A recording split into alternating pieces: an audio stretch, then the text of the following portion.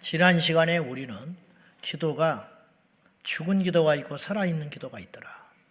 그래서 극단적으로 설마 이런 기도를 할까 할 정도로 아주 잘못된, 응답받지도 못하고 이런 기도는 할수록 하나님의 진노를 받는 그런 아주 위선적 바리새인의 극단적 기도와 세리의 절절한 애통의 기도를 비교하는 예수님의 본문을 통해서 똑같이 기도를 하는데 어떤 사람은 죽은 기도를 하고 어떤 사람은 살아있는 기도를 했다. 이게 남의 이야기가 아니고 그 죽은 기도는 어떤 기도냐? 교만한 기도고 애통함이 없는 기도고 형식적인 기도고 공식적인 기도고 자기를 돌아볼 줄 모르는 위선적 기도다. 그렇게 말을 했습니다. 여러분 기억나는지 모르겠지만은 기도는 응답 이상의 가치가 있다고 그랬어요. 그러니까 어떤 문제를 놓고 우리가 기도했지만 내가 원하는 응답을 받지 못했다고 해서 그 기도가 가치가 없는 게 아니에요. 어떤 일이 있어도 우리가 기도를 하면 어떤 일이 일어나느냐면 기도를 잘 몰라도 어설퍼도 기도를 하면 어떤 일이 벌어지냐면 그 기도를 통해서 하나님이 그 사람을 바꿔간다는 거예요. 그러니까 기도하는 사람은 별로 염려 안 해도 돼요. 기도를 안 하는 사람이 위험한 사람이고 문제가 없는 듯하고 세상에서 형통한 것 같고 번듯한 것 같아도 기도를 안 하면 그 고목이 속에 텅 빈 것처럼 결국은 어떤 일이 생기면 퍽 쓰러져 버리고 마는 거예요. 그러나 환난이 있고 어려움이 있고 심지어는 기도를 하는데도 불구하고 상황이 점점 나빠진다 할지라도 포기하지 아니하고 기도를 하는 사람이라면 그 사람은 영적으로 크게 염려할 필요가 없다. 왜냐? 최소 믿음으로 천국은 간다. 최소. 그러니까 기도라는 것은 응답이 목적인 것 같지만 더 기도를 깊이 하면 응답이 목적이 아닐 수도 있는 거예요. 기도하는 것 자체가 능력이고 기도하는 것 자체가 힘이고 기도하는 것 자체가 살아있는 성도의 표본이 되는 것이기 때문에 응답 이상의 가치가 있다 이거예요. 그러면 죽은 기도라는 건 뭐냐? 응답을 단순히 못 받는 걸로 끝나는 게 아니라 그런 기도를 드릴수록 더 하나님과 멀어지고 하나님의 책망이 심해지는, 바리새인들이 기도할수록 하나님이 화가 나는 거예요. 예수님이 더 진노했어요. 차라리 바리새인들이 기도를 안 하고 그랬더라면, 그런데 이런 기도를 감히 했다 이거죠. 나는 저 세리 같지 않아서 감사하더라. 그럼 하나님이 그 기도를 얼마나 역겹게 들었거냐. 마치 어디 가서 일하라고 그랬더니 일을 하다가 좀 하다가 중단하면 그 뒤에 이어서 누가 하면 돼요. 근데 죽은 기도라는 건 어떤 거냐면 죄를 더 쌓는 거야. 가서 우물을 파라 그랬더니 우물을 그 자리에 파다가 중단하면 이어서 파면 된다 이 말이에요.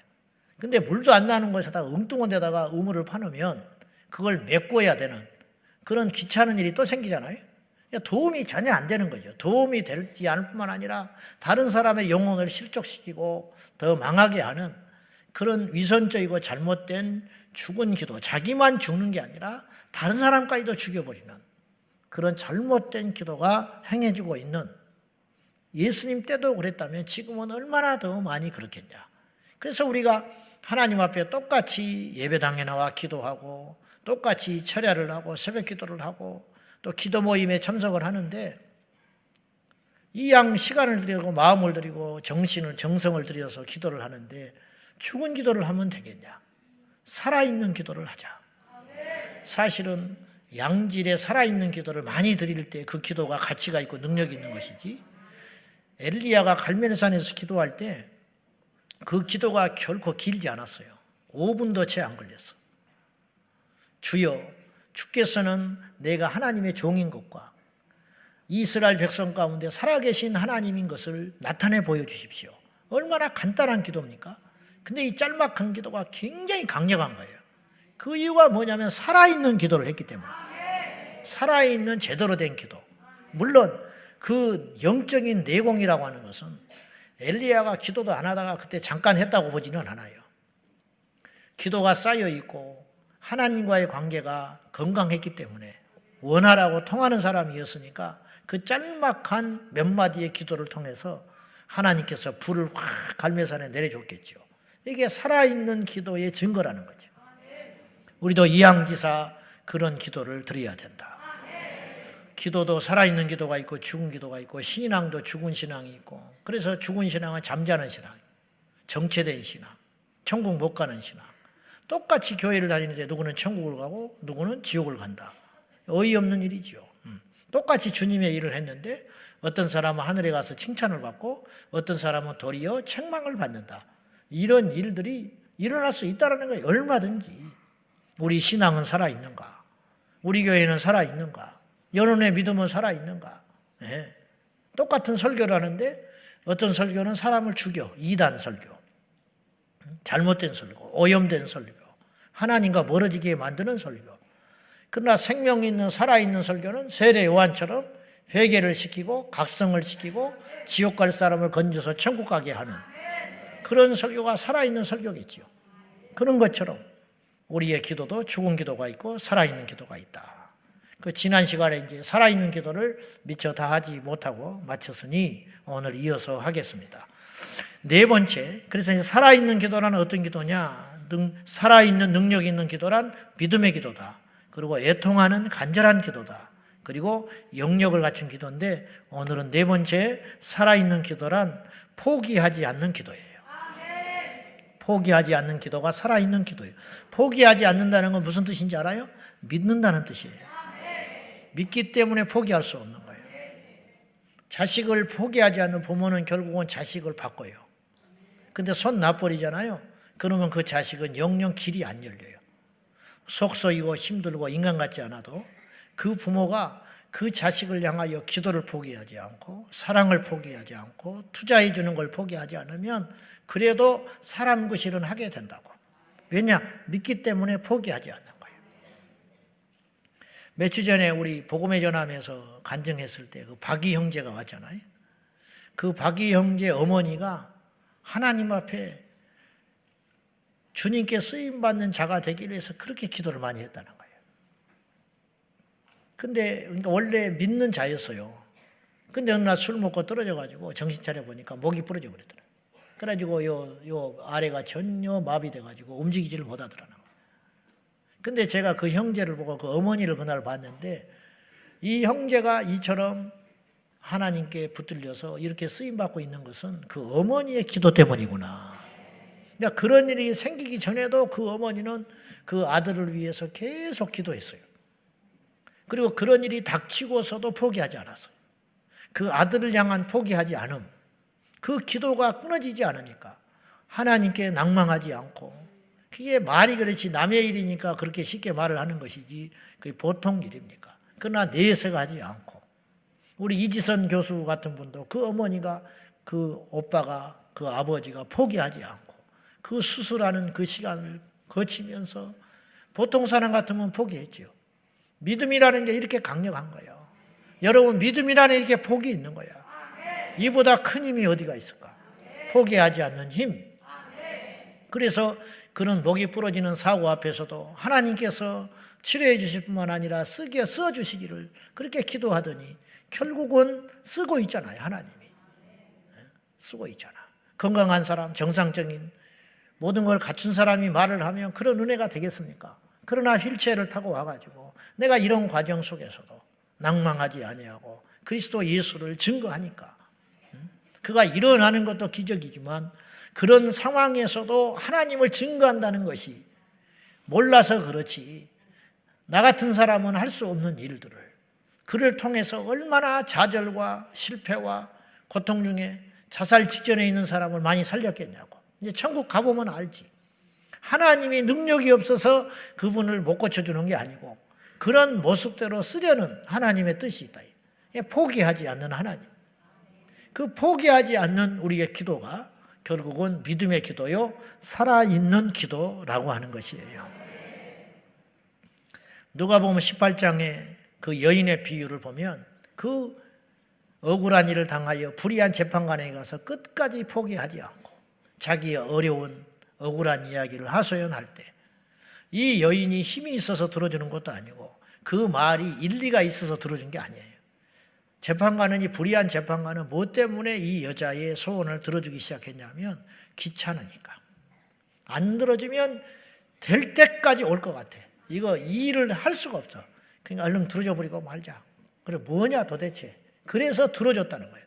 불의한 하나님을 두려워하지 않고 불의했던 재판관도 하물며 그렇게 기도를 들어주는데, 사랑의 하나님, 전능하신 하나님께서 어찌 밤낮 부르짖는 자의 기도를 들어주지 않겠냐고 예수님이 반문을 했어요. 그렇잖아요. 네. 포기하지 않는 기도는 반드시 응답을 받는다는 거예요. 포기하지 않는 재능보다 큰 재능은 없다라는 말이 있어요. 포기하지 않는 재능이 가장 큰 재능이다. 아, 그렇구나. 머리 좋은 것만 재능이 아니에요. 타고난 기술만 재능이 아니에요. 포기하지 않는 것도 엄청난 재주라는 거예요. 이 사람은 포기를 안 한다. 재수, 삼수, 사수, 오수, 육수, 칠수, 십수를 해도 포기하지 않는다. 한 번 무너져도 또다시 일어난다. 거절당해도 또 쫓아간다. 이거 엄청난 재주라는 거예요. 누구나 다 그런 걸 갖는 건 아니라는 거예요. 끈덕지게 넘어지면 일어나고, 넘어지면 일어나고, 쓰러지면 일어나는 그런 포기하지 않는 재능, 그것도 재능이다. 포기하지 않는 사람은 무언가를 반드시 이루게 되어 있어요. 지난 주일날 윌리엄 윌버퍼스 이야기를 했어요. 그분은 21살에 영국 하원 의원이 돼가지고 무려 150번의 연설을 했어요. 똑같은 연설을 했어요. 뭐냐? 노예 무역 제도 폐지, 그리고 흑인 제도 폐지, 암살을 2번 당할 뻔했고, 수많은 중상부랴, 그걸 달갑게 여기지 않는 사람들이 뒷조사를 얼마나 했겠어. 털어버리려고, 올가매려고, 다니엘처럼. 그러나 그는 끝까지 포기하지 않은 채 53년 만에 노예 제도가 철폐되는 그 소식을 듣고 3일 있다가 천국 갔다 이 말이에요. 포기하지 않으니까. 마귀도 포기하지 않아요. 마귀가 왜 무섭냐? 마귀가 꼭 능력이 있어서만 무서운 게 아니에요. 예수 이름으로 나가 떨어지는 게 마귀예요. 사실은 아무것도 아니에요. 우리가 대단하다는 게 아니라 예수 이름으로 믿음이 제자들에게, 아무 힘없는 갈릴리 고기나 잡는 제자들에게 예수님이 능력을 줘버리잖아요. 뭔 능력을 줬냐? 귀신 쫓아내는 능력, 권능을 행하는 능력. 뭐 데리고 다니면서 이렇게 해봐라 저렇게 한번 실습해봐, 이리 와봐, 네가 한번 해봐. 이제 그렇게 하지도 않았어요. 사람은 그렇게 하거든요. 주님이 주는 권능은 10분 전까지 빌빌거리다가 주님이 야 권능 받아 딱 주고 나가, 그러니까 그냥 나갔는데 상상할 수 없는 일이 벌어졌다는 거예요. 병론자에게 손을 얹으니까 놔버리죠. 전에는 안 됐다니까요. 귀신 들린 자를 들어가니까 벌벌 떨면서 나가 떨어져버리고, 뭐 대단한 뭘 해서 그런 게 아니라 어제까지는 형편없었는데 오늘 갑자기 그런 사람이 돼버린 거예요. 이게 예수님이 주시는 능력이라고요. 이 엄청난 권능이거든요. 주님이 주니까. 그러니까 마귀는 사실은 우리가 믿음만 서 있으면 무시해서도 안 되지만 두려워할 존재가 전혀 아니에요. 내가 그랬잖아요. 귀신을 왜 무서워하냐고. 하나님을 두려워해야지. 귀신을 무서워해요 사람들이. 귀신이 왜 무서워? 하나님이 무섭지. 근데 하나님은 안 무서워해요. 우스운 일이 벌어지고 있는 거예요.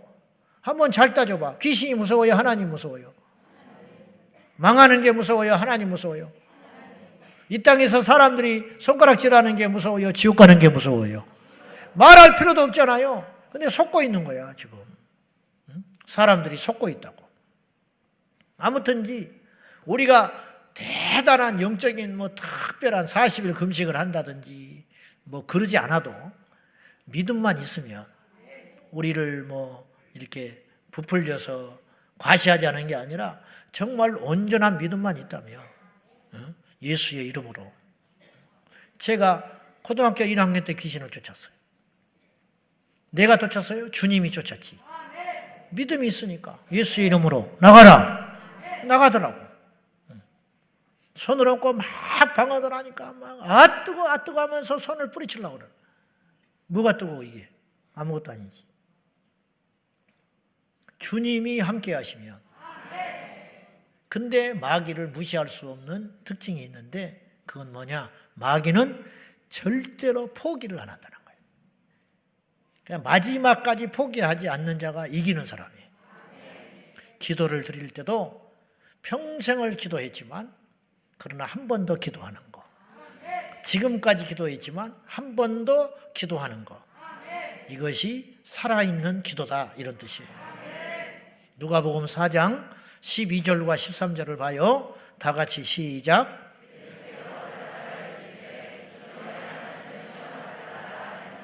마귀가 모든 시험을 다한 후에 얼마 동안 떠나지라. 이게 소름 끼치는 이야기예요. 사실은 예수님을 시험해서 이길 수 있다고 시험했을까? 택도 없는 소리죠. 마귀가 지금 이기려고 시험하는 게 아니에요. 그냥 하는 거야. 마귀가 영적인 존재인데 예수님을 어떻게 이길 수 있다고 감히 생각이나 했겠어. 그런데 이 시간 낭비를 하고 있는 거예요. 감히 예수님을 무너뜨려? 제자들은 무너뜨렸지요. 베드로도 무너뜨렸지요. 가룟 유다도 무너뜨렸지요. 우리는 말할 것도 없지요. 근데 어떻게 예수님을 감히 덤벼들어? 근데 덤벼드는 거야. 이게 무서운 문제의 점이라는 거예요. 마귀가. 그리고는 패배했지요. 당연히 패배하지. 상대나 되겠습니까? 그런데 누가복음에서는, 마태복음에서는 그렇게 안 써 있는데 누가복음에서는 잠시 떠나니라 그렇게 써 있어요. 이 잠시라는 말이 무서운 말이라는 거예요. 그 말은 무슨 말이냐? 또다시 왔다는 뜻이에요. 광야에서 예수님이 시험하다가 완전히 패배했죠. KO패 당했지. 직소리 못하고 떠나갔는데 그러면 영영 안 와야 예수님 근처에는. 근데 잠시 떠났다라는 말은 그 뒤로 예수님을 시험했다는 말은 없어요. 사복음서에. 그 뒤로. 그래서 우리는 한 번의 시험으로 끝난 것 같지만 예수님이 십자가에 달려 죽는 순간까지 마귀는 시험했어요. 나중에 내려오라고 그러잖아요. 사람들의 입을 통해서 내려와라. 네가 하나님의 아들이거든 내려와라. 이게 아무것도 아닌 것 같지만 시험입니다. 예수님이 능력이 있잖아요. 지금이라도 내려가실 수 있어요. 지금이라도 저렇게 말하는 자들을 멸해버릴 수 있다고. 그러나 예수님이 마지막까지 그 시험을 참으신 거예요. 그건 뭐냐? 마귀가 그렇게 시험한 거거든요. 잠시 떠나니라 그랬어요. 포기하지 않는 게 엄청난 힘이더라는 마귀의 특기 중에. 마귀가 포기한다면 그렇게 무서워하지 않아도 돼요. 근데 마귀는 도무지 포기할 줄 모른다. 언제까지? 그 영혼이 무너질 때까지. 무너뜨릴 때까지. 우리가 세상에서 방황하다가 주께로 와서 거듭나고 구원받고 목회자가 되고 성령을 체험하고 확실한 하나님의 자녀가 됐다. 그러면 마귀는 더 이상 손 놔야 되는 거예요. 우리 입장에서는. 해봤자 안 된다고 생각해야지. 그 시간에 다른 거 건드는 게 낫지. 그러나 마귀는 그렇지 않더라는 거예요. 강하면 강한 대로, 서 있으면 서 있는 대로, 넘어져 있으면 넘어져 있는 대로, 잘났으면 잘난 대로, 못났으면 못난 대로, 나이가 들면 든 대로, 젊으면 젊은 대로, 여자는 여자대로, 남자는 남자대로, 교회에 있으면 교회 안에 있는 대로, 밖에 있으면 밖에 있는 대로. 마귀는 도무지 포기할 줄도 모르고 지칠 줄도 모르고 그 영혼을 꺾어가지고 지옥에 갈 때까지. 그래서 바울은 이 원리를 잘 알고 섰다 하는 자는 넘어질까 조심해라. 누가 넘어뜨린다는 거예요 도대체? 마귀가 넘어뜨린다는 거죠. 마귀가. 전 세계를 동성애 물결로 채우려고 하는 자들은 결코 포기하는 법이 없어요. 전 세계를 공산주의를 만들려고 하는 그들의 그 흉계는 절대로 포기하지 않는다. 전 세계를 이슬람화 하려고 하는 그들의 그 흉계는 절대로 포기하지 않는다. 신천지가 14만 4천이 목적이었어요, 원래는. 그래, 그 교리를 앞세워가지고 14만 4천 명만 천국 간다, 구원 받는다. 구원의 인수가 14만 4천이다. 그래서 우리가 진짜다. 그래 14만 4천을 채우자고 막 그랬어요. 그러니까 막 열심히 그들이 미혹해가지고 14만 4천을 채웠네. 넘어가 버렸어. 14만 4천이 넘었어. 그러면 이제 그만해야 되잖아. 그렇지 않아요. 이제 그들의 목표는 또 달라졌어. 뭐냐? 한국에서 제대로 된 종교 대접을 받고 싶은 거야. 그래서 간이 배 밖으로 나와가지고 이제는 시내버스에 광고하지요. 서울역 앞에서 전도하고 있지요. 오히려 정통의 교회들이 전도를 못해. 그 사람들 때문에 밀려나고 있는 형국이라 이거예요. 그들이 포기를 안 하니까 이단이다. 코로나 21년에 코로나 20년에 시작됐을 때 대구발 해가지고 신천지가 온 세상에 이미지가 얼마나 나빠졌어요. 그쯤 되면 끝내야 된다고. 근데 버텼어. 그리고 교회들이 모이지도 못하고 이러쿵저러쿵 어떻게 하거나 탄식하고 있을 때 그들은 온라인으로 돌려가지고 온라인을 통하여 전도하고 성경 공부를 해가지고 10만 명 졸업을 해버렸다. 기존 교회는 코로나 때 교세가 줄었어요. 신천지는 늘었어. 이게 뭐냐? 마귀의 전략이라는 거예요. 포기하지 않으니까. 코로나라고 포기 안 해. 이단이라고 한다고 포기하지 않아. 거절당했다고 포기하지 않는다고요. 넘어질 때까지, 올 때까지 정명석 텔레비전에서 저렇게 두드려 때리고 법정에 지금 계류 중이고 재판 받고 있고 없어질 것 같죠? 주님 오실 때까지 재임해서 안 없어져요. 이단은 그래요. 항상. 통일교가 지금 없어져. 문선명이 죽었는데도 안 없어지잖아. 그 부인도 곧 죽을 거예요. 재산 싸움 해가지고 엄마하고 아들하고 서로 날리고 으르렁거리고 박대선도 마찬가지. 죽었지만 전도관 아직도 있어. 신앙촌. 형제끼리 재산 싸움 붙어가지고 가관이에요. 그래도 그 욕을 먹고 이건 안 되는 거예요. 도무지. 도덕적으로도 안 되는 거고 상식적으로도 안 되는 거고 합리적이지 않아요. 그러나 뿌리가 뽑히지 않는다고. 왜? 그 뒤에 마귀가 있으니까. 이번에 서울시청에서 동성애 키어 축제 불허했습니다. 그러면 올해는 쉬어야 되잖아. 응? 올해는 쉬었다 가자. 근데 그들은 이렇게 발표했어요. 거부당한 그때 이렇게 기자회견을 통해서 성명서를 냈어요. 그리고 기어이 7월 1일 날 개최하겠다는 거예요.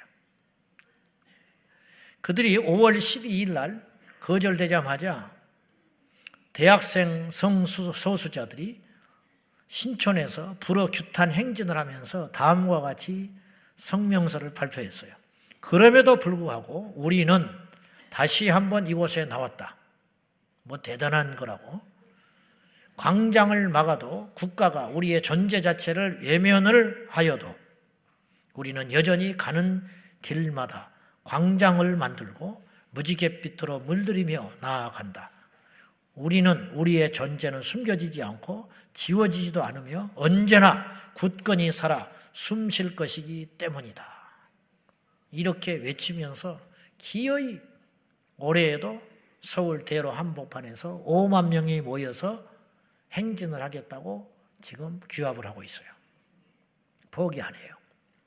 그러니까 예수님 오실 때까지 이 나라가 존재하는 날까지 마지막까지 싸워야 되는데 누가 먼저 지치느냐, 누가 쇠퇴하느냐에 따라서 우리가 밀리면 그들의 천국이 될 것이고 우리가 이 대척점에서 끝까지 포기하지 않고 믿음으로 지켜내면 우리가 어느 날 나이 들어서 죽으면 우리 후대들이 또 지켜내면 38선이 이렇게 대립하듯이 38선이 지금 대립하고 있잖아요. 그러니까 이미 그런 사상과 무리들이 없으면 모르겠는데 이미 세워졌어. 영적인 정권이 세워진 거예요. 그런 이상 이 두 계보는 주님 오실 날까지 어느 한쪽이 손들기 전까지는 대척점에서 싸울 수밖에 없는데 누가 포기하지 않느냐, 이 싸움이라는 거지요. 살아있는 신앙은 포기하지 않습니다. 제가 아까 그랬어요. 포기하지 않는다는 것은 곧 믿음을 의미한다. 믿기 때문에 포기하지 않죠. 믿음이 없으면 포기하는 거거든요. 놔둬라. 믿음이 없으니까 틀렸다. 그럴 거 아니에요. 손 들어버리지. 여러분, 복싱 선수가 계속 두들겨 맞네요. 게임이 안 돼. 그러면 코치가 수건을 던져버립니다. 포기하는 거야. 왜 포기하느냐? 믿음이 안 생겨. 이대로 이게 해봤자 두들겨 맞기만 하고 더 부상당할까 염려되니까 이쯤에서 포기하고 다음 기회를 노리자. 그리고 코치가 수건 던져버립니다. 링 속으로. 그러면 심판이 딱 말려요. 항복한 거야. 끝난 거야. 왜 포기하느냐? 믿음이 없기 때문에. 막 두들겨 맞고 있어. 그런데 눈빛이 살았어. 그리고 보니까 두들겨 굉장히 많이 맞는 것 같은데 지치지는 않은 것 같아. 남들은 막 걱정하고 있는데 코치가 판단해 볼 때 이 친구가 작전대로 잘하고 있는 것 같아. 상대방 힘 빼기를 하고 있는 거야. 그러면 절대로 포기 안 해요. 왜? 대반전의 시간이 온다. 이번에는 이렇게 두들겨 맞지만 다음 회전에서는 이길 수 있다. 이렇게 믿음이 있다면 절대로 수고는 안 던지는 거예요. 얼굴에 피투성이가 돼도 포기하지 않아요. 그러나 믿음이 없기 때문에 포기하는 거예요. 살아있는 기도는 포기하지 않는 것입니다. 사랑하는 성도 여러분, 나라가 아무리 못마땅해도 나라를 위해서 기도하기를 포기하지 말아 주십시오. 정치인들이 아무리 못마땅해도, 아무리 대통령이 못마땅해도, 아무리 국회의원이 못마땅해도, 아무리 우리 자식들이 못마땅한 행동을 해도, 아무리 한국교회가 여러분에게 희망을 주지 못하는 상황이 된다 할지라도 포기하지 말아 주십시오. 기도로 포기하지 말아 주시고, 나라와 민족을 위해서 기도해 주시고, 정치인들을 위해 기도해 주시고, 우리 자녀들을 위해 기도해 주시고, 우리 후대와 한국교회를 위해서 절대로 기도를 포기하지 않는 살아있는 기도 생명체, 기도 공동체가 되기를 예수님의 이름으로 축원합니다. 다섯 번째로 살아있는 기도란 부르짖는 기도입니다. 지금 우리가 오늘 27번째를 맞이했는데 주제가 이거예요. 너는 부르짖으라. 이 기도에 대한 주제를 가지고 우리가 27번 말씀을 나누고 있는데, 살아있는 기도란 부르짖는 기도예요. 부르짖는다는 건 단순히 소리만 크게 내는 게 아니에요. 제가 드라이 아이스 이야기를 주일날 했어요. 처음에는 차갑다. 그러나 꽉 쥐고 있으면 손에 화상이 보여요. 굉장히 뜨거운 거예요. 이게 하나님의 역사라는 거예요. 무슨 말이냐면 부르짖는다는 건 겉으로 뜨거운 사람이 있고 속으로 뜨거운 사람이 있어요. 속이 뜨거워야 진짜 뜨거운 거예요. 처음에는 차갑지만 뜨거운 불이 있듯이 처음에는 저 사람이 미지근한 듯하다 그러나 포기하지 아니하고 끈질기게 한나가 그랬거든. 속에 불이 있는 사람이에요. 사실 한나가 약한 사람이 아니에요. 속에 불을 가진 사람이에요. 그렇기 때문에 제사장의 말에 보통의 경우는 나가 떨어져 버린다니까요. 여러분, 누구보다도 자기를 이해해 줘야 할 사람이에요.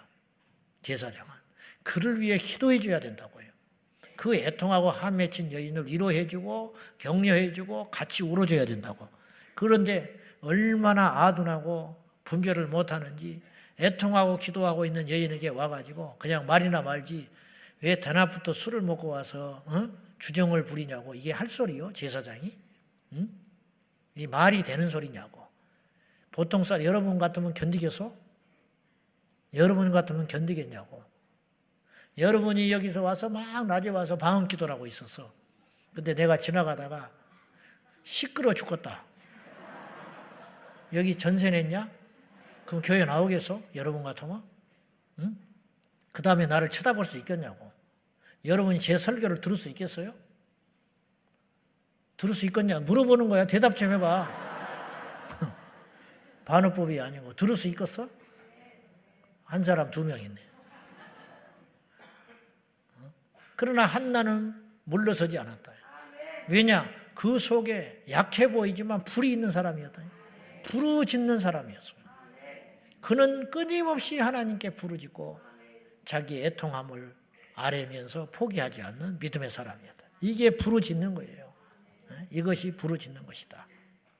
자, 부르짖는 말의 기도의 진정한 의미는 간절한 기도요, 믿음의 기도요, 포기하지 않는 기도를 의미하는 거예요. 우리는 언제 부르짖어야 되냐? 첫째, 환난 날에 부르짖어야 돼. 환난 날. 시편 50편 15절 다 같이 시작. 환난 날에 나를 부르라. 내가 너를 건지리니 내가 나를 영화롭게 하리로다. 환난 날에 여러 가지 케이스가 있어요. 환난 날에 주저앉은 사람, 환난 날에 원망하는 사람, 환난 날에 낙심하는 사람, 그러나 환난 날에 부르짖는 사람이 있다. 여러분, 우리에게 무엇이 실제로 도움이 되냐 이 말이에요. 무엇이 우리에게 남냐 이거예요. 여러분들 절대로 포기하지 말고 저를 포함하여 우리 모두가 환난이 온다 할 때 부르짖는 저와 여러분 되기를 예수님의 이름으로 축원합니다. 환난 날에 낙심하지 말고 성질내지 말고 환난 날에 원망하지 말고 하나님께 부르짖으라. 신앙의 하수는 환난 날에 원망과 낙심, 주저앉음. 그러나 신앙의 고수는 하나님께 더 나아갑니다. 성경 속의 기적의 주인공들, 응답받았던 주인공들은 하나같이 환난 날에 하나님을 찾았어요. 성경에는 기도 응답받은 사람, 믿음의 용사들만 주로 나오잖아요. 그러니까 이런 사람들이 다인 것 같지만 주저앉은 사람은 더 많았을 거라고. 안 그렇겠습니까? 주저앉아버린 사람은 더 많았어. 배교자는 더 많았을 거라고. 순교자들만 나오니까 다 순교한 것 같지만 순교한 사람보다 배교자가 더 많았겠지요. 마지막까지 믿음을 지킨 사람들의 이야기가 주이기 때문에 다 그럴 것 같지만 중간에 포기한 사람은 더 많았을 것 아닙니까? 환난이 왔을 때 부르짖어 응답받은 사람들의 이야기가 대부분 나와 있기 때문에 우리에게 교훈을 주기 위해서 너희도 그렇게 되기를 원해서.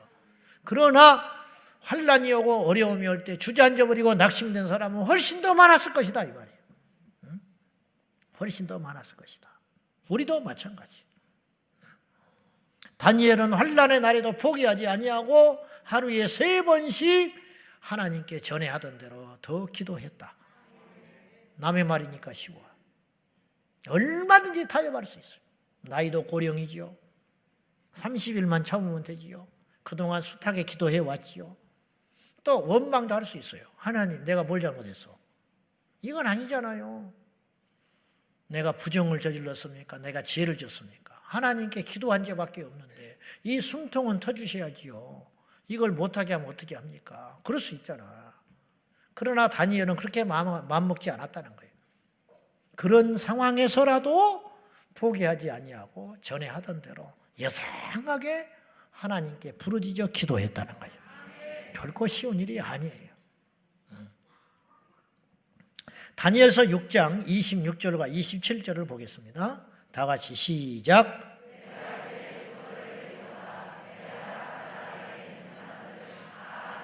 하나님 앞에서 떨며 두려워할지니 그는 살아계시는 하나님이시요 영원히 변하지 않으시리시며 그의 나라는 멸망하지 아니할 것이요 그의 권세는 무궁할 것이며 그는 구원도 하시며 건져내기도 하시며 하늘에서든지 땅에서든지 이적과 기사를 행하시는 이로써 다니엘을 구원하여 사자 입에서 벗어나게 하셨습니다 하였더라.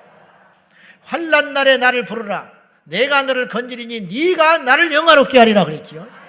다니엘이 환난 날에 부르짖으니 결국 그를 사자굴에 던졌던 그 정적들 앞에서 왕이 선포하기를 이 말을 다니엘이 하고 있는 게 아니에요. 다니엘이 말하면 그렇게 호소할 게 없는 거야. 다리오 왕이 말하기를 다니엘을 봐라. 하나님이 살아계시다. 그가 믿는 신을 봐라. 사자 입에서 건져주시고 곤경에서 건져주시고 대적들을 물리치시는 이제부터 저 신은 살아계신 참신이다. 환난 날에 부르짖으니 하나님께서 그 부르짖는 자의 기도를 들어주시고 그를 통하여 하나님이 영광을 받으시게 된다 이거예요. 지치지 말고 포기하지 말고 우리 인생에 환난이 온다 할지라도 어차피 하나님 앞에 우리 가야 할 인생이니까 아멘. 절대로 낙심하지 마세요. 환난 날에 포기하지 마세요.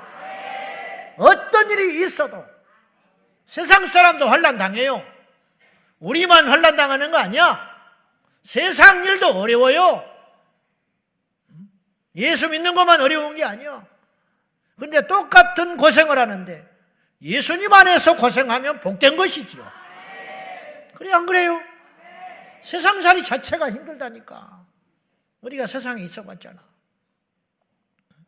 그런데 세상에서 지치고 힘들고 그런데 그들은 답이 없잖아. 우리 옛날에 세상에서 어려움을 당할 때 답이 없었잖아. 환난이 왔는데 주저앉아 있는 것밖에, 술 마시는 것밖에, 쓰러져 자는 것밖에, 낙심하는 것밖에 없었잖아. 근데 우리에게는 이제 하나님이 계시잖아. 환난 날에 부르짖으라. 답이 생겼다는 게 얼마나 큰 복이에요. 문제가 어려운 게 아니에요. 문제가 똑같이 어려운데 어떤 사람은 문제를 만났지만 답을 쓸 수 있는 능력이 있으면 그 문제는 문제가 아닌 거예요. 그러나 아무리 쉬운 문제도 답이 없으면 주저앉아 버리고 마는 거야. 우리에게는 하나님이 계시고 그 하나님이 우리에게 하는 말이 환난 날에 나를 찾으라. 그러면 내가 너를 건져줄 거야. 어디에서? 환난에서, 시련에서, 어려운 지경에서 내가 너를 건지면 사람들이 너를 통하여 내게 영광을 돌리게 될 거야. 요셉이 그랬지요. 다니엘이 그랬지요. 다윗이 그랬지요. 바울이 그랬지요. 예수님의 제자들이 그랬지요. 우리 믿음의 선배들이 다 그 길을 간 거예요. 우리도 마찬가지. 우리 성도님 중에서도 이 정도면 무너져야 돼. 이 정도면 포기해야 돼. 그러나 그 환난과 어려움 가운데서도 포기하지 않고 여호와를 바라고 기도했더니 주변 사람들이 나중에 뭐라고 그래요? 네가 믿는 하나님은 있는 것 같다 그런다고. 자존심이 아직 교회는 안 나오지만 고백한다니까. 믿지 않는 형제들이 너는 다르다 그런다고. 나는 그때 되면 포기했을 거라는 거야. 나는 그때 되면 끝냈을 거라는 거야. 근데 너는 버티고 버티더니 어찌 얼굴이 이렇게 밝냐. 이게 어디서 오는 힘이냐. 환난 날에 하나님을 찾고 부르짖으니까 주님께서 우리와 함께 하시는 능력이다 이 말이에요. 응답도 응답이지만 그것 자체가 능력이 되는 줄로 믿습니다. 두 번째, 답답할 때, 사방이 막혀 있을 때, 적이 진쳤을 때 부르짖어야 돼요. 자, 예레미야서 33장 3절이에요. 이게 이제 우리 큰 주제의 말씀인데 시작.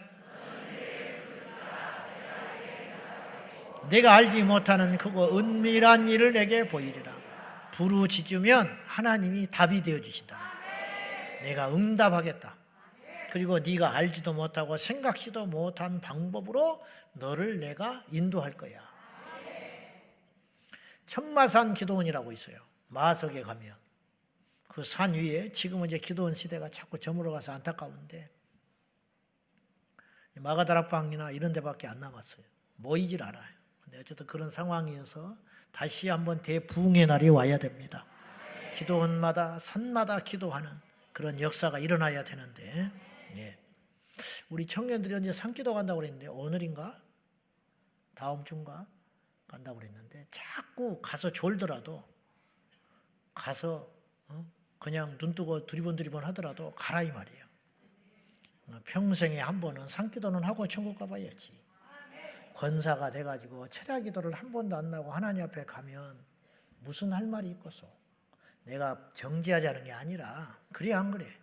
이 땅에 예수를 믿는데 어떻게 철야를 한 번도 안 해보고 천국을 가냐고.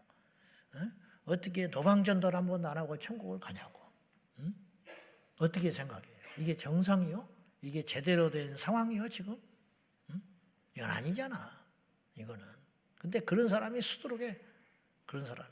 철야 한 번도 안 해온 권사들이 수두룩해. 금식 한 번 안 해본 신학생들이 수두룩해. 기도원도 한 번 안 가본 장로님들이 수두룩하다고. 부끄러운 줄 알아야지. 그래 하나님 앞에 가서 무슨 말을 하려고 그래?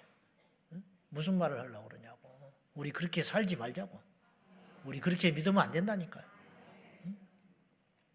아무튼 그 천마산 기도원이 다른 이름이 동도교회 기도원이에요. 근데 그 동도교회 이제 돌아가셨을 거예요. 그 최훈 목사님이 생전에 목회하실 때 어떤 권사님이 그 산을 교회에다가 내놨어요. 기도원을 해보라고. 근데 기도원을 이제 지어야 되는 거예요. 갔는데 기도원을 지으려면 뭐가 있어야 하는지 알아요? 전기 그거야 돈 주면 끌어와요. 길 닦는 거 그것도 돈 주면 허가 내고 길 닦을 수 있어요. 근데 물은 못 만드는 거예요. 물이 없으면 못 해봐. 그래서 이게 물을 이제 팔아서 시추를 해봐야 되는데 그 천마산이 돌산이에요. 그리고 꼭대기야. 근데 거기서 이제 구멍을 뚫어가지고 물을 얻으려고 거기에 파이프를 박아서 계속 하는데 이 날이 부러져 버리는 거예요. 아무리 파고 내려가도 물이 안 나와.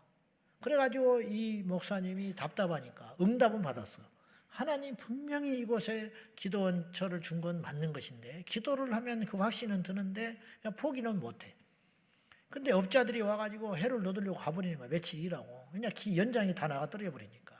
물이 나와야 이게 하지. 열이 계속 물은 안 나오고 암석을 파내려가니까 기계가 그 비용보다 더 들어버리니까 손 들고 나가버리는 거예요. 다 업자들이 나가 떨어져 버려요. 사정을 해도 못 한다는 거예요, 여기서. 그래, 그런 일이 계속 반복되니까 어떻게 해야 돼, 그때는? 부르짖어야지. 환난 날에 부르짖으라. 사방이 막혔을 때 부르짖으라. 답답할 때 부르짖으라. 그래서 이분이 그 기도원, 그 터에서 이제 답답하니까 막 하나님께 부르짖어 기도를 한 거예요. 기도를 했는데 하나님께서 갑자기 성경을 보라 그러더라는 거예요. 느닷없이. 그래서 성경을 딱 펼쳤는데 욥기서 8장 11절이 나왔어요. 한번 봐요. 다 같이. 시작. 갈대가 물 없는 데서 크게 자라겠는데. 이 말씀이 눈에 딱 들어왔는데 주변에 보니까 자기가 갈대밭에 앉아 있는 거예요. 자기가. 물론 산꼭대기에 갈대가 난다고 해서 그 밑에 물이 난다고는 보장 못하지. 근데 이걸 당신은 하나님이 주시는 사인이라고 믿었어요. 그래서 무릎을 치고 일어나가지고 그 업자에게 다시 사정을 했어. 앞으로 3일만 더 파라. 내가 책임질게. 3일을 더 깊이 파고 내려가서 물이 안 나오면 내가 그때 포기하마. 근데 이틀째 물이 팡 터져버렸더라. 환난 날에 부르짖었더니 주께서 응답해 주셨고 비밀을 보여주셨고 길을 가르쳐 주시더라. 이 말. 사방이 막혔을 때 뭐하라고요? 부르짖으라. 원망하지 맙시다. 포기하지 맙시다. 주저앉아 있지 마세요. 주저앉아서 답이 될 것 같으면 백날 아주 침대 갖다 줄게. 침대. 원망해서 될 것 같으면 맨날 원망만 하고 앉아 있으면 돼. 그러나 안 된다 이 말이에요. 왜 어리석은 짓을 하냐 이 말이에요. 이양지사. 하나님 앞에 믿음으로 우리가 이 자리에 있는데 왜 사방이 막혔다고 하늘이 떠 있는데 하늘이 터졌잖아요. 할렐루야. 하늘이 터졌는데 하늘에 계신 하나님께 부르짖을 때 우리의 기도가 화살처럼 날아가서 응답에 빠르게 일어나게 될 줄로 믿습니다. 부활한 예수님 승천하시고 남은 제자들은 하나밖에 할 게 없었어요. 주님은 가셨지. 약속만 툭 던져주고 내게서 들은 바 아버지께서 약속하신 것을 기다려라. 제자들은 할 것이 기도밖에 없었어요.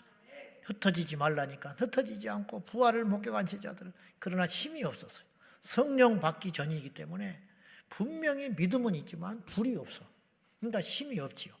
그러나 이들은 순전히 자기의 의지와 힘으로 포기하지 않고 부르짖기 시작했어요.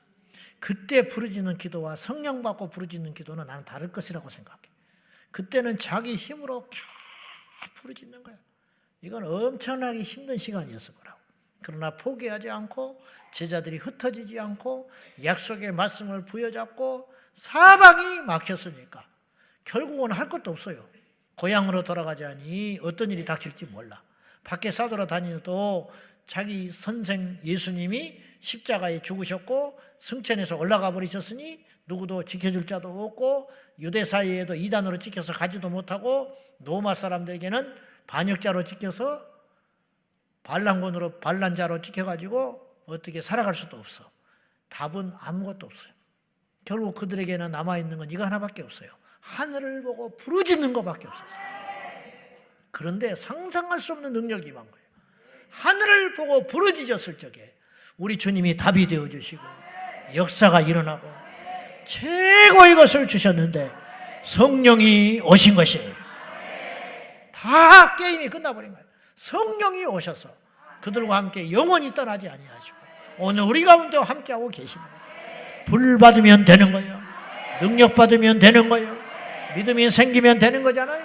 하나님이 비밀을 가르쳐주면 되는 거잖아요. 하나님이 대안이 되어주신다는데 어떡해.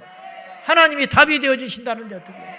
너는 부르짖으라. 내가 내게 응답하겠고 네가 알지 못하는 그거 놀라운 비밀을 내게 보이리라. 하나님이 대책이 되어주신다는 거예요.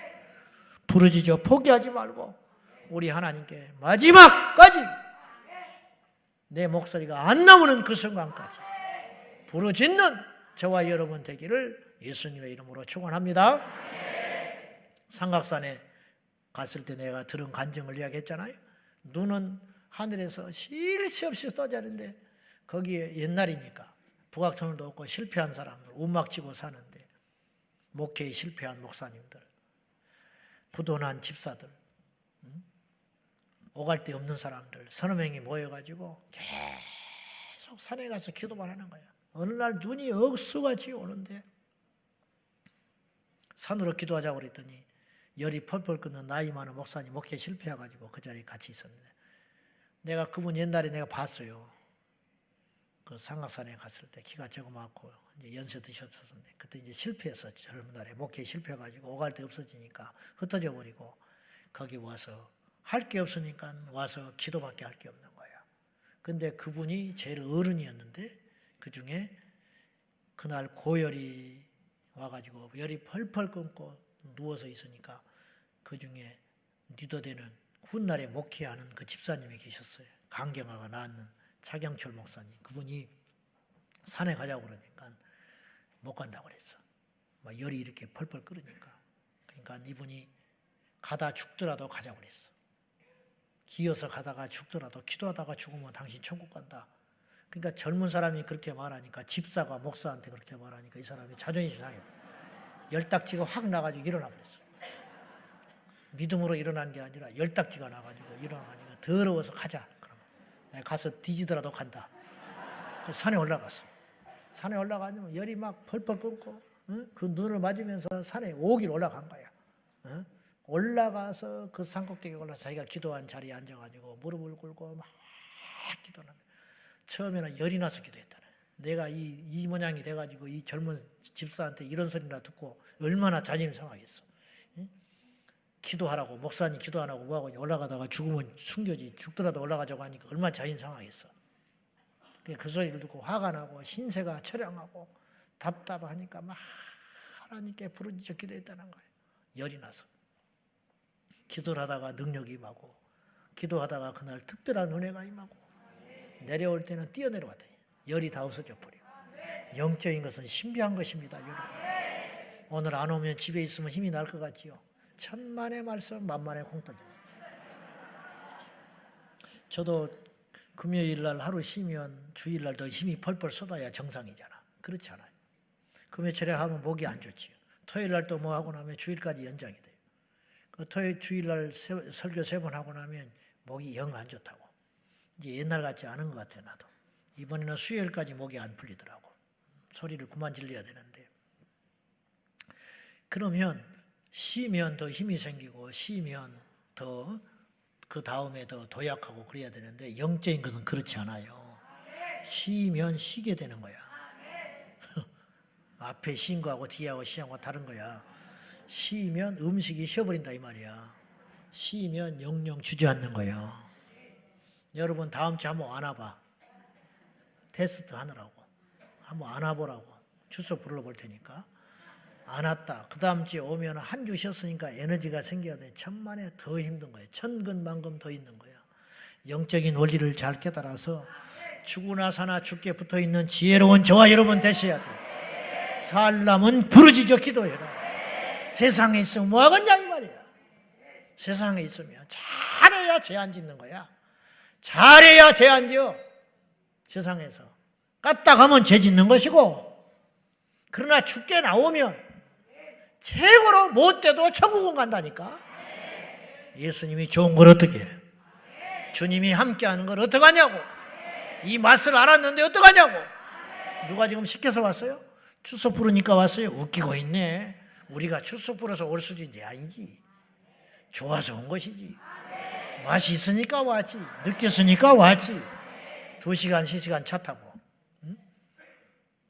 일찍이. 아까 어떤 분이 5시 반에 왔다고 그러더만. 응? 자리 잡으려고. 뭐 좋은 소리나 들어요? 응? 누가 밥 사줘? 천만에 강요된 자리가 아니야. 이 맛을 알고 깊이를 알고 영적인 재미가 있고 뭔가 있으니까 부르짖는 그 안에 맛이 있으니까.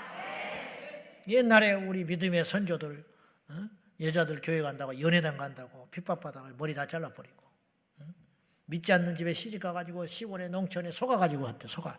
도시 처녀가 예수 잘 믿는다고 하니까 갔어. 갔더니 예수 믿기는 무슨 우상 숭배에다가 제사집에다가 남편은 예수도 안 믿고. 그래가지고 이제 처음에 교회를 가니까 나는 교회 안 가면 못 산다고 하니까 그런데 이제 못마땅한 생각이. 그래서 이제 교회도 못 가게 막지. 주일날은 더 일을 벌려버리고 그러니까 엉엉 울고 사는 거야. 그러다가 이제 새벽이라도 가야겠다. 그래가지고 이제 새벽 기도를 다녔네. 그러니까 남편이 새벽마다 일어나서 어디를 가니까 피곤해서 이거 바람났다. 그리고 쫓아가 봤어. 가봤더니 교회당을 가더라는 거야. 그래야 다시 돌아가지. 그 다음 날은 옷을 다 숨겨버렸대. 부인 옷을. 그 전날 잘 때. 그랬더니 일어나가지고 여지없이 새벽에 개종 그 옛날엔 자명 정도 없는데 일어나더라네. 교회 종소리를 듣고 일어나도 이거 단단히 미쳤구나 이 여자가. 자는 척하고 이제 남편이 보고 있는데 단단히 미쳤어. 그걸 보니까 옷이 없거든. 옷을 딱 개가지고 자기 발 밑에다가 탁 발 개고 이불 속에다 감춰놨더니 옷이 입고 갈 옷이 없으니까 막 어쩔 줄 몰라 하더래. 가만히 보니까 쌤통 잘했다. 오늘은 안 가겠지. 그때 시시 둘러보더니 이불을 뚫뚫 말더니 가버리더라는 거야. 와 이거 미쳐버리겠다는 거야. 미쳐도 보통 미친 여자가 아니구나. 완전히 교회에 미쳐버렸구나. 이불을 말아가지고 부끄러운지도 모르고 예도양을 쫓아가더라니. 그래서 이놈의 여자가 도대체 미쳤다 하고는 이제 쫓아가가지고 교회는 겁이 나서 못 들어가겠더래. 그런데 옆에 창가에 대고 기도를 들어보니까 그런 자기를 위해서 기도하고 있더래. 남편을 위해 기도하고 시부모 기도하고 구원받기를 위해 기도하고 장수하기를 위해 기도하고 잘되기를 기도하고 장가 못 가고 있는 자기 남동생을 위해 기도하고 옆에 듣고 있다가 눈물을 펑펑 쏟아버렸더래 남편이. 그래 깜빡한 그 남편이 녹아졌다는 거예요. 머리를 깎아도 교회를 가고 수갑을 채워도 가고 신발을 감춰놔도 가고 막을 길이 없다. 이게 도대체 누가 시켜서 한 일이냐. 이게 그 안에 의미가 있고 뜻이 있고 길이 보였으니까 예수를 만났으니까 그렇게 간다 이 말이야. 너는 부르짖으라. 하나님이 우리의 답이 될 줄로 믿습니다. 마지막으로 홍해 앞에서 부르짖어야 돼. 홍해 앞에서. 출애굽기 14장 10절 다 같이 시작. 바로가 가까이 올 때에 이스라엘 자손이 눈을 들어 본즉 애굽 사람들이 자기들 뒤에 이른지라. 이스라엘 자손이 심히 두려워하여 여호와께 부르짖고. 홍해 앞에서 무슨 답이 있어요? 결과론적으로 홍해가 갈라졌으니까 와 이렇게 이런 일이 일어나는구나 그러지. 이스라엘 백성들이 광야에서 하늘에서 만나가 내리니까 와 하나님이 이렇게 먹여주셨구나 그러지. 이런 일이 없었으면 상상이나 하겠어? 우리가 상상이나 하겠냐고. 홍해가 갈라져 놓으니까 와 하나님이 그런 일을 행하셨어 할렐루야 그러지. 우리가 홍해 앞에 선 이스라엘 백성들이 그 수백만 명의 어린아이까지 아녀자들까지 수백만 명 중에 한 명이라도 홍해가 갈라질 걸 생각이 난 사람이 있었겠냐고. 없었어요. 기껏 생각하는 게 뭐냐. 누가 배나 좀 보내주든지 뒤에 쫓아오는 애굽 사람들이 어떻게 우리 안에 안 닿든지 뭐 이 정도 생각하지 무슨 홍해가 갈라질 걸 생각이 나겠냐고. 그러나 하나님은 그런 일도 하신다 이 말이에요. 하나님은 나사로가 죽었어요. 예수님이 장례 치르고 죽은 지 나흘이 됐을 때 가셨어요. 이미 시체는 부패되어서 냄새나기 시작했어요. 그때 이미 마르다가 쫓아나오더니 예수님께 이렇게 말해요. 1단계 예수님이 계셨으면 내 오라버니가 죽지 않았겠습니다. 이것도 믿음이야. 그래 안 그래? 예수님이 우리와 함께 있었으면 우리 오빠가 안 죽었을 거예요. 이것도 대단한 믿음이라고. 그러자 주님이 이렇게 말했어요. 네 오라비가 다시 살리라. 그때 2단계 마르다가 이렇게 이야기를 해. 마지막 날에는 내 오라비가 다시 살아날 걸 믿나이다. 이거 부활을 믿었다는 거. 이것도 엄청난 겁니다. 마르다가 부활을 믿는 것하고 그때 당시 우리가 지금 부활을 믿는 건 달라요. 왜냐? 부활 이전이잖아. 예수님이 부활하기 이전이기 때문에 부활한다는 걸 믿는다는 게 부활한 예수님을 믿는 우리하고는 질이 다르다고 지금. 그는 훨씬 더 믿기가 어려운 거예요. 이해되지요? 두 번째 이 고백을 한 거예요. 여기 계셨으면 내 오라비가 죽지 않았을 것입니다. 마지막 날에는 우리 오라비가 살아날 걸 믿지요. 당연히 살아납니다. 이것도 절대 작은 믿음이 아니라니까. 지금 이 시대를 사는 그리스도인 중에도 부활을 안 믿는 사람이 수두룩해요. 이 중에도 있을걸? 말을 안 해서 믿는 척하고 앉아있어서 그렇지. 아이고 믿음 있는 척하고 앉아있는 거 보면 아이고 참 어느 때는 가증스러워. 막 억지로 나와서 앉아있으면서 막 자발적으로 나온 것처럼 앉아가지고 그냥 너무 무시하는 것 같으네. 그럴 리 없지요. 사람은 자기 수준에서 생각을 하니까 내가 그 수준밖에 안 되는 사람이라. 마지막 날에는 부활할 줄 믿나이다. 이거 엄청난 믿음이라. 그런데 주님은 그 시간에 부활시켜버렸어.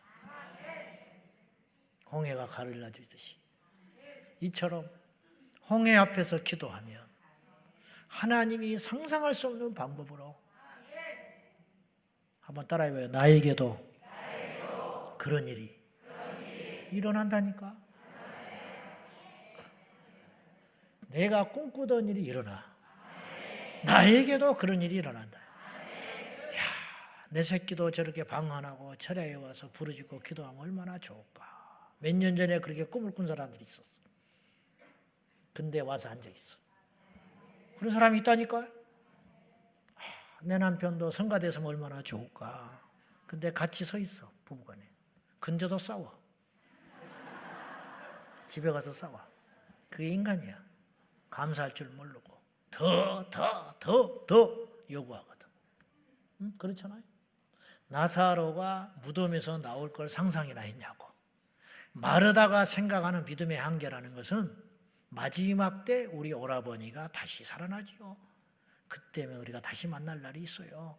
그것이 마르다가 상상할 수 있는 최고로 좋은 것이라는 거예요. 지나간 건 어쩔 수 없는 것이고 계셨으면 죽지 않았을 거라는 건 지나간 거니까 앞으로 희망을 꿈꾸는 것은 유일한 것은 뭐냐면 마지막 때 우리 오라버니가 지옥에 가지 않고 안식하고 있다가 잠들어 있다가 깨어나서 부활해가지고 우리 다시 만날 걸 믿어요. 왜냐? 이것에 대한 지식이 있었던 것 같아요. 마르다가. 예수님이 평소 이것을 말씀하신 거죠. 그 말씀을 딱 붙들고 그 믿음을 갖고 있었다 이 말이야. 이것도 놀라운 믿음이라. 근데 주님은 항상 그렇듯이 우리가 생각하고 꿈꾸는 것보다 더 좋은 걸 준비하시는 주님. 당자가 집 나갔다가 집으로 돌아왔어요. 아버지 앞에 혼만 안 나면 좋겠다 이거야. 혼만 안 나면 돼. 그잖아요? 그냥 나 받아주기만 해도 감사덕지야. 그래서 어지간하면 안 오려고 그랬어. 어지간하면. 근데 답이 없는 거야. 온 땅에 기근이 들어서 돼지가 먹는 구정물을 마시다가 아버지가 생각이 났어. 그래도 아버지 집이 있다. 내가 문정박대를 당하더라도 가봐야겠다. 그 정도로 조심히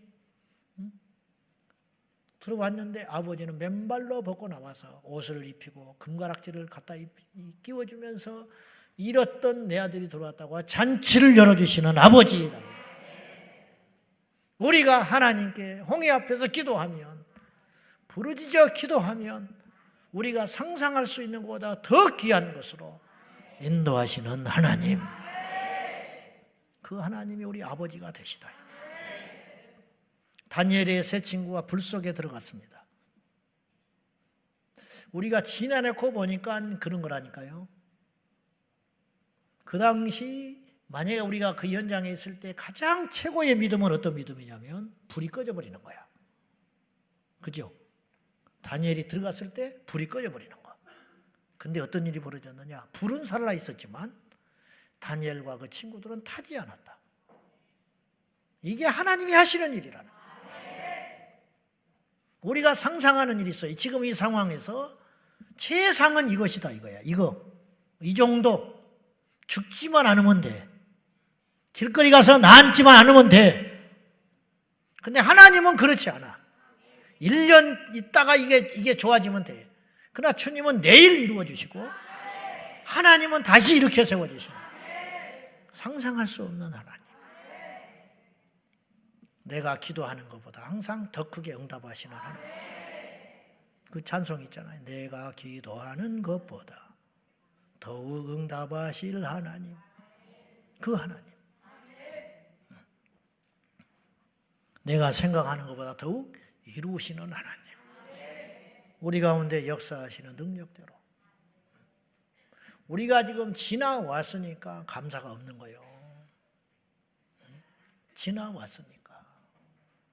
우리가 얼마나 많은 복을 받았는데, 우리가 얼마나 많은 환난과 위기 가운데 건지움 받아서 여기까지 왔는데, 근데 이제 이런 설교를 들으면 생각을 하죠. 아, 그래, 맞아, 그랬어. 내가 병상에 누워 있었어. 내가 작년에 죽을 뻔했잖아. 작년에. 난 병원에 입원을 처음 해봤어요. 겁이 없었어. 그러니까 무슨 말이냐면 내가 그렇게 위험한지 몰랐어. 어떻게 되겠지 그러고 있었어, 사실은. 믿음이 아니라. 근데 가서 보니까 장난이 아니더라고. 입원해 보니까 3일을 독방에 중환자실에 누워가지고 있는데, 아, 이게 장난이 아니야. 가지고 막 사진을 찍고 막 보여주고 이렇게 하는데 50%, 25% 먹었다고 그러지. 며칠만 지나면 어떻게 될지 몰랐다고 그러지. 그냥 그런가 보다 그랬지. 그래서 몸에 근육이 다 빠져버리고 손발이 다 흐느흐느해져가지고 그때 내가 이런 생각을 했어요. 내가 다시 걸어 다닐 수 있을까? 그 생각을 했어요. 진짜. 처음에 하루 이틀은. 내가 다시 등산하는 날이 올 수 있을까? 내가 다시 호수공원을 이렇게 걸어갈 수 있을까? 그런 생각을 했다니까. 근데 지금은 더 건강해졌어. 하나님이 그렇게 해주신 거예요. 여러분이 염려해주고 기도해줘서 아직도 할 일이 있어서 그렇겠지만은, 아무튼지 우리가 항상 생각하는 것보다 더 좋은 걸 준비하시는 하나님, 우리가 상상할 수 있는 것보다 더 큰 걸 예비하시는 하나님, 그 하나님이 주시는 것들을 내가 소유하기 위해서는 뭘 해야 된다? 부르짖으라. 홍해 앞에서 부르짖으면 홍해가 갈라지고, 사자굴 속에 들어가서 부르짖으면 들어가면 사자 입이 봉해지고, 불 속에 들어갔을 때 부르짖으면 불이 꺼지는 것이 아니라 불 속에서도 머리털 하나 상하지 않게 하시는 하나님, 이 하나님이 우리의 기도를 들으시는 아버지 하나님인 줄로 믿습니다. 부르짖으면 주님이 일하셔요. 주님이 일하시면 그것은 우리에게 고스란히 기적이 되는 거예요. 축복이 되는 거예요. 마지막으로 우리가 살아있는 기도라고 하는 것은 오늘 3가지를 하는 거예요. 첫째, 살아있는 기도는 포기하지 않는 기도다. 두 번째, 살아있는 기도는 부르짖는 기도다. 세 번째, 살아있는 기도란 큰 기도가 살아있는 기도예요. 큰 기도라는 말을 제가 자주 언급했어요. 목소리가 큰 기도가 아니야.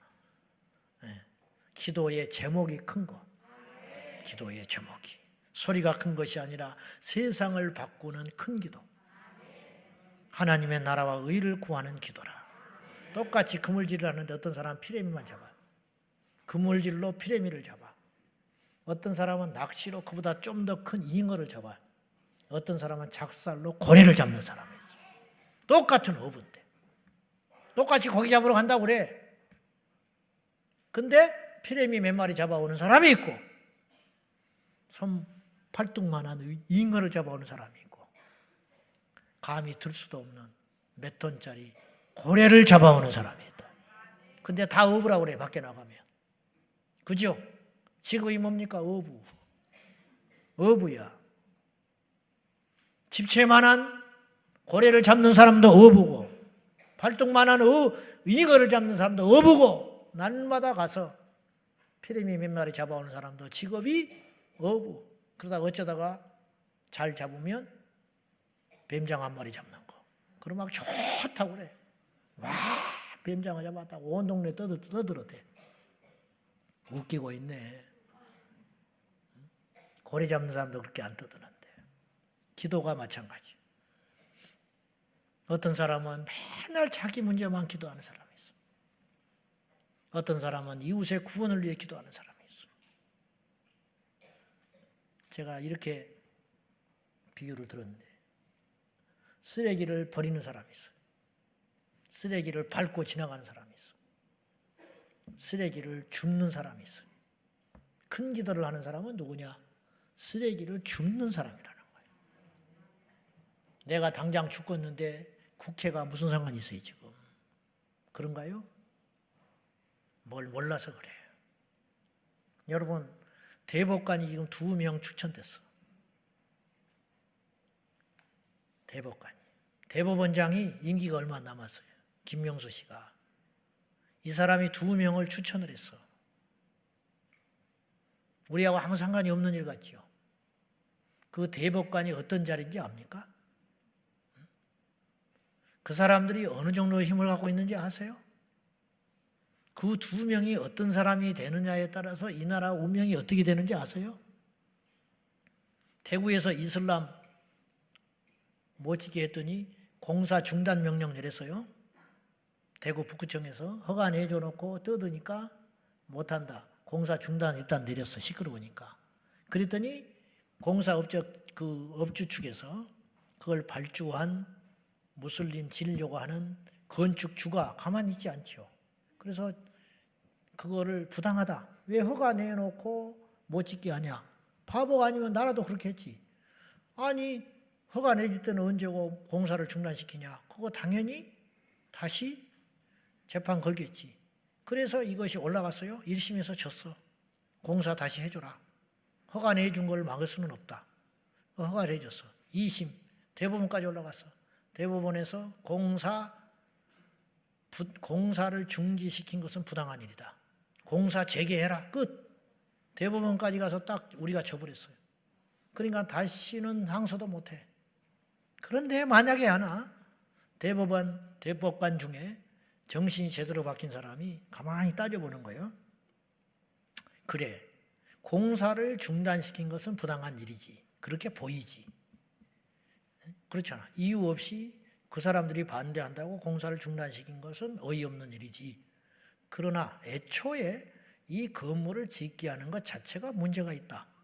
이렇게 접근을 합리적으로 했다면 공사 중단의 문제가 아니고 이것은 허가를 내준 것 자체가 위법사항이 있으니 애초부터 다시 시작해라고 정신이 제대로 박힌 법관이 탕탕탕 해줬으면 이 나라가 바뀌는 거예요. 우리가 가서 대구까지 쫓아갈 일도 없다고. 우리가 몰라서 그렇지 이런 일들이 우리가 무심코 지내는 사이에 어마어마한 일들이 법정에서, 교육청에서, 여의도 국회에서 우리 관심도 없어요. 그냥 뭐 그런가 보다. 뭐 생활 동반자법 뭐야? 뭐 그냥 뭐 그런가 보다. 막 넘어가는 거야. 그래 놓고 어느 날 우리에게 무슨 일이 생겨. 우리 아이가 어떤 일이 생겨. 내가 어디 이사 갈 때 무슨 일이 생겨. 외국을 나갈 때 무슨 일이 생겨. 교회에서 모일 때 무슨 일이 생긴다니까요. 그것 때문에 이런 일들을 위해서 기도하는 것이 결코 잘못된 기도가 아니라는 거예요.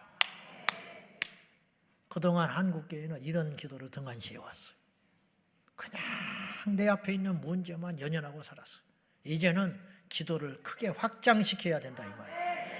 정치적인 사람이 되라는 게 아니라 주님, 이 나라에 대법관이 2명이 필요하답니다. 임기가 만료돼가지고 7월 말로 바꿔야 한다 이 말이에요. 그래서 김명수 대법관이 제청을 했어. 청와대에.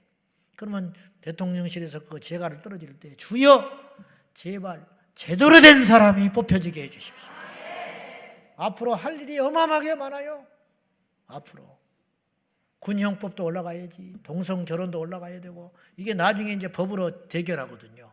그러면 거기서 5대4로 졌다. 그때부터 이 나라가 어떤 일이 생길지를 몰라. 가까스로 5대4로 이긴 거예요. 지금 군형법 바꾸려고 하는 거. 군대에서 동성애 행위에 대해서 2년 이하의 형벌에 처한다. 이걸 없애자는 거예요. 이것이 계속 처음에는 택도 없었지. 이제 어디까지 왔냐? 5대4까지 왔다니까요. 한 명만 이쪽으로 넘어가면 끝나는 거예요.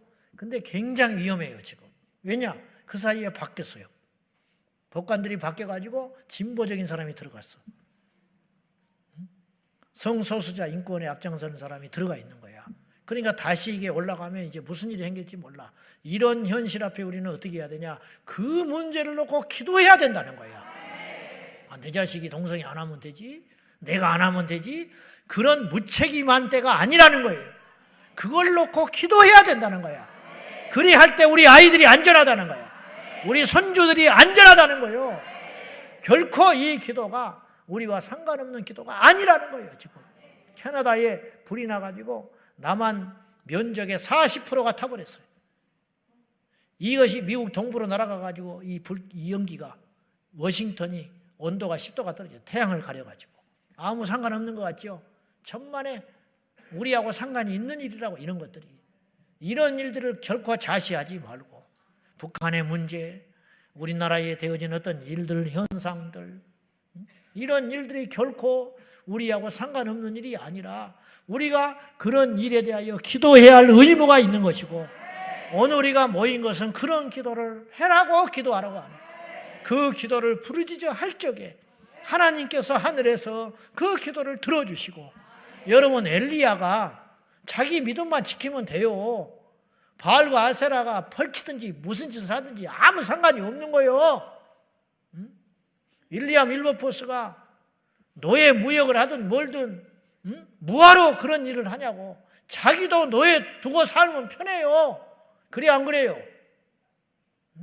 자기도 하원쯤 됐으니까 이제 앞길이 열린 거 아니에요. 자기도 하인 두고 살면 편하게 살면 된다고. 그동안 해온 방식대로. 뭐하러 그런 짓을 해가지고 욕을 먹고 테러를 당하고, 자기 자식, 부모, 자기 가족들은 얼마나 또 협박을 받았겠어. 그러나 그렇게 살 수 없는 거야. 왜? 하나님의 사람은 그렇게 못 사는 거요. 그렇게 그 기도를 해라. 하나님 앞에. 그것이 살아있는 기도다. 결코 그것이 위선적이거나 지나치게 뭐 그런 뜬구름 잡는 기도라고 말하지 말고, 이 시대는 지금 그런 기도의 용사들이 필요할 때가 됐다, 이런 뜻입니다. 우리 모두가 그러한 기도의 용사들이 되어서 큰 기도, 하나님의 나라와 의를 구하는 큰 기도를 드려서 이 민족의 장래를 위해서, 이 땅의 교회의 장래를 위해서. 오늘 국민일보 봤더니 어떤 기사가 있냐면 도방전도도 힘들다는 얘기죠. 왜냐? 마약을 사탕에 발라서 준 일이 있었어요. 부산인가 어디서. 그래가지고 경찰이 단속에 나왔어. 전국적으로. 그러니까 아이들한테 전도하면서 먹을 걸 주잖아. 그거를 조사하는 거야. 얘들한테 사탕에 마약 발라서 준다 이거야. 교회에서도 그럴 수 있다. 그래가지고는 애들한테 이 길에서 도방전도하고 모여서 수십 년을 전도하는 목사님이 계셨는데, 이제 한 10명 앉아가지고 이제 막 말씀을 나누고 있으니까 경찰이 와가지고 조사하는 거야. 음식 주는 거, 간식 주는 거 아니야. 간식 줄 거 아니야. 그거 조사하고, 너 어디 살아? 애한테. 너 엄마한테 허락받고 와서 앉아 있는 거야? 엄마한테 지금 전화해볼까? 애가 울어버리는 거예요. 10명씩 모이던 애들이 2명, 3명밖에 안 온대 지금. 전도도 못하겠네, 이런 거예요. 경찰에 가서 항의하고 뭐 어쩌고 그러니까 겨우 사과받았다고. 이런 일들이 결코 우리와 상관없는 일이 아니라고요. 복음의 문이 막히는 거예요. 이런 걸 놓고 하나님께 기도할 줄 알아야 된다는 거예요. 주여, 이 땅의 젊은이들이 마약에 물들지 않게 하여 주십시오. 남의 일처럼 여기지요. 우리 아이들이 어떻게 될지 몰라. 우리 손주들이 어떻게 될지 모른다니까요. 지금 이런 것들을 막아내는 강력한 기도로 살아있는 기도의 용사가 되어서 이 민족을 지키고 이 땅의 교회를 지키고 우리 후대를 지켜내는 우리 믿음의 종들이 다 되시기를 예수님의 이름으로 축원합니다. 기도하십시다. 이 시간에 기도할 적에 제가 몇 가지 기도 제목을 줄 테니까 우리 이 밤에 맞도록 기도해야 되겠습니다. 자, 어떤 기도를 하느냐? 이 민족을 위해서 기도합니다. 나라가 있어야 교회가 있는 거예요. 교회가 있어야 우리 신앙이 있는 거예요. 나라와 우리는 밉던 졌던 하나로 연결되어 있습니다.